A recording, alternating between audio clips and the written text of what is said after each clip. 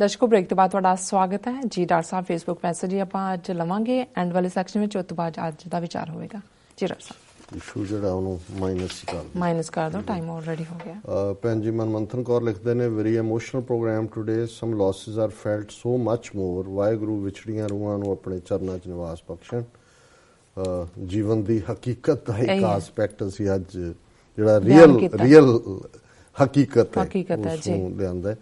ਰਾਜਾ ਤਬਸਮ ਮਕਸੂਦ ਲਿਖਦੇ ਨੇ, correction please, Ashfaq and Bano Qudsia couple ਨੇ। ਬਹੁਤ ਸ਼ੁਕਰੀਆ। ਸਮ ਹੋ ਮੈਂ ਅਸ਼ਫਾਕ ਸਾਹਿਬ ਨੂੰ ਹਮੇਸ਼ਾ ਅਫਜ਼ਲ ਨਾਲ ਜਿਹੜਾ ਕਨਫਿਊਜ਼ ਕਰਦਾ, ਉਹਨਾਂ ਦਾ ਨਾਂ ਅਸ਼ਫਾਕ ਅਹਿਮਦ ਹੈ। ਔਰ ਬਹੁਤ ਸ਼ੁਕਰੀਆ ਰਾਜਾ ਜੀ। ਇਸੇ ਤਰ੍ਹਾਂ ਬਾਨੋ ਕੁਦਸੀਆ, ਹਾਲਾਂਕਿ ਆਪਾ ਵੱਡੀ ਭੈਣ ਨੂੰ ਸ਼ਾਇਦ ਕਹਿੰਦੇ ਨੇ, ਬਹੁਤ ਵਾਰੀ ਆਪਾ ਬਾਨੋ ਕਰਕੇ ਯਾਦ ਕੀਤਾ ਜਾਂਦਾ। ਬਹੁਤ ਸ਼ੁਕਰੀਆ ਕਰੈਕਸ਼ਨ ਲਈ। ਧਰਮ ਸਿੰਘ ਲਿਖਦੇ ਨੇ, ਵਾਹਿਗੁਰੂ ਜੀ ਕਾ ਖਾਲਸਾ ਵਾਹਿਗੁਰੂ ਜੀ ਕੀ ਫਤਿਹ। ਡਾਕਟਰ ਸਾਹਿਬ, ਵਰਲਡ ਸਿੱਖ ਪਾਰਲੀਮੈਂਟ ਨੂੰ ਬਣਨ ਦੀ ਪ੍ਰਕਿਰਿਆ ਸ਼ੁਰੂ ਹੋਣ ਦੇ ਨਾਲ ਮੋਹਕਮ ਸਿੰਘ ਦਾਦੂਵਾਲ ਧੜਾ ਫਿਰ ਐਕਟਿਵ ਹੋ ਗਿਆ ਤਾਂ ਕਿ ਖਾਲਿਸਤਾਨ ਦੀ ਮੰਗ ਨੂੰ ਇਸ ਪਾਰਲੀਮੈਂਟ ਤੋਂ ਦੂਰ ਕੀਤਾ ਜਾ ਸਕੇ। ਕਿਰਪਾ ਕਰਕੇ ਆਪਣੀ ਰਾਏ ਦੇਵੋ। ਦੇਖੋ, ਜੇ ਅਸੀਂ ਇਸ ਦਾ ਹਿੱਸਾ ਬਣੇ ਤੇ ਖਾਲਿਸਤਾਨ ਦੀ ਗੱਲ ਕਿਤੇ ਖੱਬੇ ਸੱਜੇ ਨਹੀਂ ਹੋਏਗੀ। ਉੱਥੋਂ ਵਾਲਿਆਂ ਦਾ ਤਾਂ ਸਾਨੂੰ ਪਤਾ ਨਹੀਂ ਕੌਣ ਕੀ ਕਰਦਾ, ਪਰ ਅਜੇ ਇਹ ਸਭ ਕੁਛ ਹੀ ਵਿਚਾਰ ਅਧੀਨ ਚੱਲ ਰਿਹਾ ਜੀ।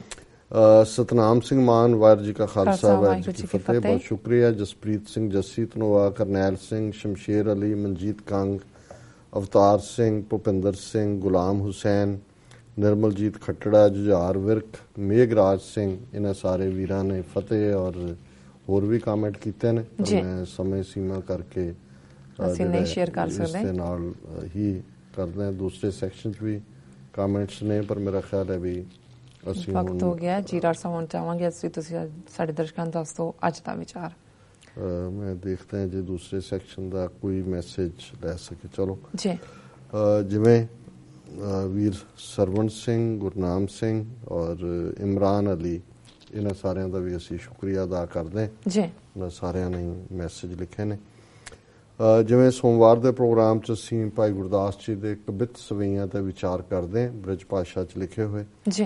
ਅੱਜ ਕਬਿਤ ਸਵਈਆ 197। ਪਰ ਇਸ ਦੀ ਗੱਲ ਕਰਨ ਤੋਂ ਪਹਿਲਾਂ ਮੈਂ ਇੱਕ ਇਹ ਜ਼ਰੂਰ ਦੱਸਦੇ ਹਾਂ, ਸਾਡੇ ਐਡ ਚੱਲ ਵੀ ਰਹੀ ਹੈ। ਭਾਈ ਜਗਤਾਰ ਸਿੰਘ ਜੱਗਾ ਕਰਕੇ ਵੀ ਉਹਨਾਂ ਨੂੰ ਪਿਆਰ ਨਾਲ ਕਹਿੰਦੇ ਨੇ, ਜੱਗੀ ਵੀ ਕਹਿੰਦੇ ਨੇ ਜੀ। ਉਹਨਾਂ ਦੀ ਰਿਹਾਈ ਲਈ ਔਰ ਉਹਨਾਂ 'ਤੇ ਜੋ ਟਾਰਚਰ ਔਰ ਜ਼ੁਲਮ ਹੋ ਰਿਹਾ ਹੈ, ਸਾਡੇ ਵਾਸ਼ਿੰਗਟਨ ਦੇ ਬੱਚੇ ਬੱਚੀਆਂ ਨੇ, ਨੌਜਵਾਨ, ਯੂਨੀਵਰਸਿਟੀ ਗੋਇੰਗ, ਕਾਲਜ ਗੋਇੰਗ, ਉਹਨਾਂ ਨੇ ਪ੍ਰੋਟੈਸਟ ਰੱਖਿਆ ਇੰਡੀਅਨ ਐਮਬੈਸੀ ਦੇ ਬਾਹਰ, ਜਿਹੜਾ ਪਰਸੋਂ ਬੁੱਧਵਾਰ ਦੁਪਹਿਰੇ ਆਲਮੋਸਟ 11 ਵਜੇ ਤੋਂ 2 ਵਜੇ ਤੱਕ। ਸੋ ਉਹਦੇ 'ਚ ਖਾਸ ਤੌਰ 'ਤੇ ਈਸਟ ਕੋਸਟ ਦੀਆਂ ਸਿੱਖ ਸੰਗਤਾਂ ਜ਼ਰੂਰ ਸ਼ਮੂਲੀਅਤ ਕਰਨ। ਇੱਕ ਦਿਨ ਪਹਿਲਾਂ ਦੱਸ ਦਿੱਤਾ ਹੈ, ਆਪਣਾ ਮਾਰਕ ਕਰ ਲਓ ਜੀ। ਸਾਡੀ ਟੀਮ ਉਹਨੂੰ ਕਵਰ ਕਰੇਗੀ, ਮੈਂ ਵੀ ਉਹਦੇ 'ਚ ਪਾਰਟਿਸਿਪੇਟ ਕਰਾਂਗਾ। ਹਾਲਾਂਕਿ ਕੱਲ੍ਹ ਦਾ ਪ੍ਰੋਗਰਾਮ ਅਸੀਂ ਕਰਾਂਗੇ ਜੀ, ਪ੍ਰੋਗਰਾਮ ਤੋਂ ਬਾਅਦ ਹੀ ਜਾਣ ਦਾ ਹੋਏਗਾ, ਪਰ ਇਹ ਇੰਪੋਰਟੈਂਟ ਅਨਾਉਂਸਮੈਂਟ ਜਿਹੜੀ ਮੈਂ ਪਹਿਲਾਂ ਨਹੀਂ ਕਰ ਸਕਿਆ ਜੀ। ਔਰ ਇਹ ਕਬਿਤ ਸਵਈਆ 197 ਨੰਬਰ ਹੈ। 4 ਕੁੰਟ 7 ਦੀਪ ਮੈਂ ਨਾ ਨਵਖੰਡ ਵਿਖੇ, ਦੈ ਦਿਸ ਦੇਖੀਐ ਨਾ ਬਨ ਗ੍ਰਹਿ ਜਾਨੀਏ। ਲੋਗ ਬੇਦ ਗਿਆਨ ਉਨਮਾਨ ਕਹਿ ਨਾ ਦੇਖਿਓ ਸੁਣਿਓ। ਸੁਰਗ ਪਿਆਲ ਮ੍ਰਿਤ ਮੰਡਲ ਨਾ ਮਾਨੀਏ। ਭੂਤੋ ਭਵਿਖ ਨਾ ਵਰਤਮਾਨ ਚਾਰੋ ਜੁਗ। ਚਤਰ ਬਰਨ ਖਟ ਦਰਸ ਨਾ ਧਿਆਨੀਏ। ਗੁਰ ਸਿੱਖ ਸੰਗਤ ਮਿਲਾਪ ਕੋ ਪ੍ਰਤਾਪ ਜੈਸੇ। ਤੈਸੋ ਔਰ ਠੌਰ ਸੁਣੀਏ ਨਾ ਪਹਿਚਾਨੀਏ।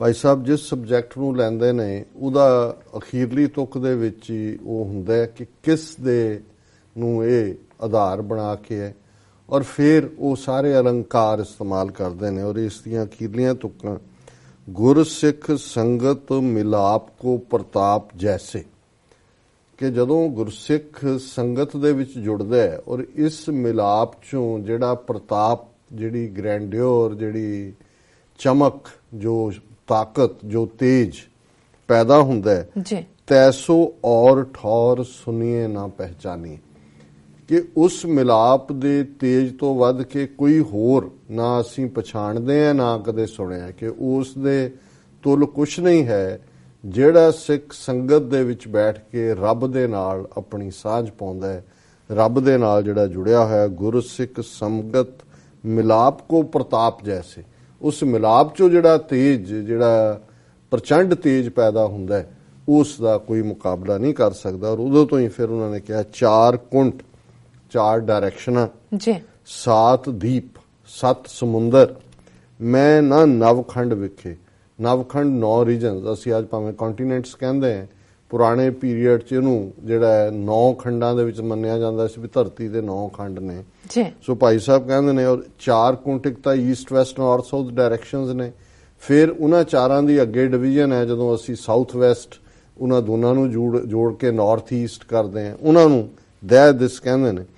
ਤੇ ਬਨ ਗ੍ਰਹਿ ਕਿ ਸਾਰੀ ਬਨਸਪਤੀ ਦੇ ਵਿੱਚ, ਹੁਣ ਭਾਈ ਸਾਹਿਬ ਕਹਿੰਦੇ ਨੇ ਵੀ ਜਿਹੜੇ ਸਿੱਖ ਦੀ ਸੰਗਤ ਦੇ ਨਾਲ, ਰੱਬ ਦੇ ਨਾਲ ਮਿਲਾਪ ਹੈ, ਉਹਦਾ ਐਸਾ ਤੇਜ ਹੈ ਕਿ ਉਹਨੂੰ ਨਾ 4 ਡਾਇਰੈਕਸ਼ਨਸ, ਨਾ 7 ਸਮੁੰਦਰ, ਨਾ ਕੁੱਲ ਧਰਤੀ ਦੇ 9 ਖਿੱਤੇ, ਨਾ 10 ਦਿਸ਼ਾਵਾਂ, ਤੇ ਨਾ ਹੀ ਸਾਰੇ ਫੋਰੈਸਟ, ਕੋਈ ਵੀ ਉਹਦਾ ਮੁਕਾਬਲਾ ਨਹੀਂ ਕਰ ਸਕਦਾ।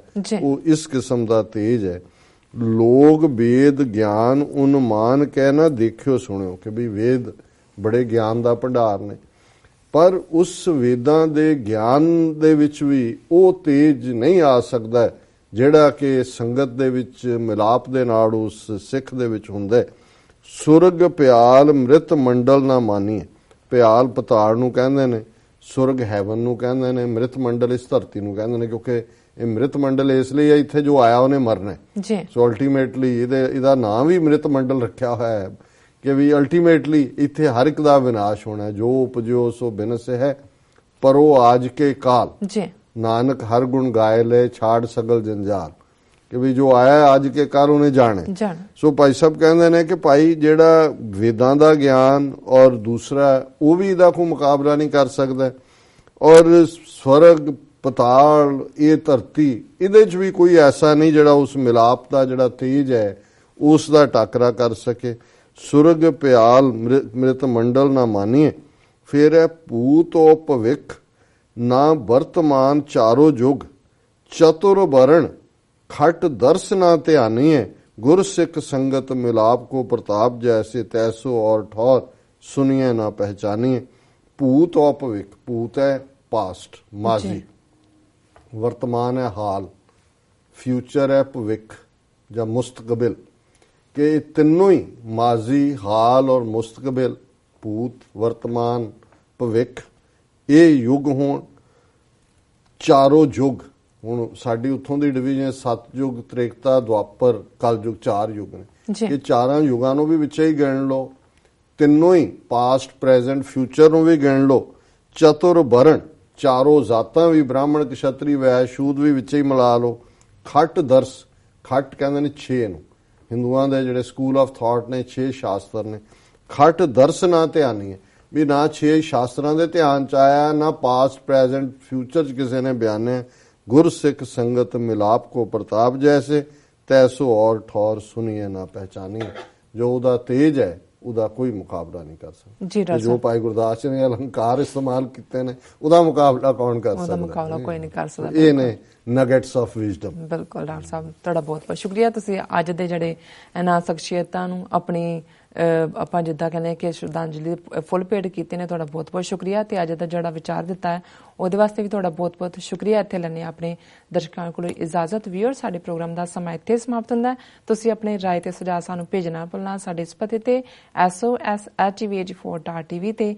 ਅਸੀਂ ਆਪਣਾ ਪ੍ਰੋਗਰਾਮ ਲੈ ਕੇ ਫਿਰ ਦੁਬਾਰਾ ਹਾਜ਼ਰ ਹੋਵਾਂਗੇ। ਤਦ ਤੱਕ ਲਈ ਮੈਨੂੰ ਤੇ ਆਪਣਾ ਸੁਣਾ ਗਿਆ ਦਿਓ। ਦੇਖਦੇ ਰਹੋ TVH4। ਬੁਲਾ ਦਿਓ ਫਤਿਹ। ਵਾਹਿਗੁਰੂ ਜੀ ਕਾ ਖਾਲਸਾ, ਵਾਹਿਗੁਰੂ ਜੀ ਕੀ ਫਤਿਹ।